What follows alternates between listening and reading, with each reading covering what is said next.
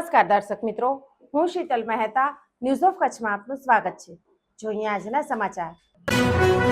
ગુજરાતમાં 7 દિવસમાં ગાજવીજ સાથે હળવાથી મધ્યમ ઝાપટાની આગાહી। ગુજરાતમાં ચોમાસાની આતુરતાપૂર્વક રાહ જોવાઈ રહી છે, ત્યારે રાજ્યના હવામાન વિભાગ દ્વારા આગામી દિવસોને લઈને મહત્વની આગાહી કરવામાં આવી છે। હવામાન વિભાગના જણાવ્યા અનુસાર હાલમાં સક્રિય થયેલી વિવિધ હવામાનમાં ફેરફારને કારણે રાજ્યના વાતાવરણમાં પલટો જોવા મળી રહ્યો છે।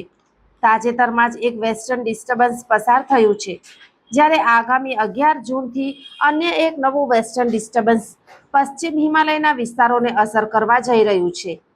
આ ઉપરાંત પંજાબથી લઈને ઉત્તર પૂર્વ અરબી સમુદ્ર સુધી એક ટ્રફ લાઇન પણ સર્જાઈ છે।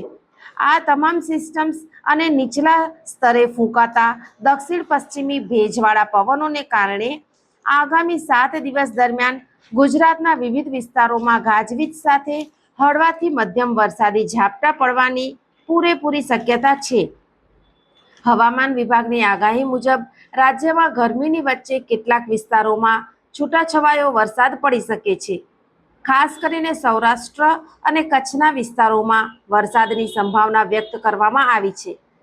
પ્રી મોન્સૂન એક્ટિવિટીના ભાગરૂપે વાતાવરણમાં પલટો આવી શકે છે અને પવન સાથે હળવો વરસાદ પડી શકે છે, જેના કારણે સ્થાનિક સ્તરે અસહ્ય બફારા અને ભેજનું પ્રમાણ વધવાની પણ આશંકા સેવાઈ રહી છે।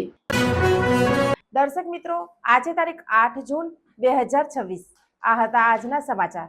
આવતીકાલે ફરી મળીશું, ત્યાં સુધી મને રજા આપશો। નમસ્કાર।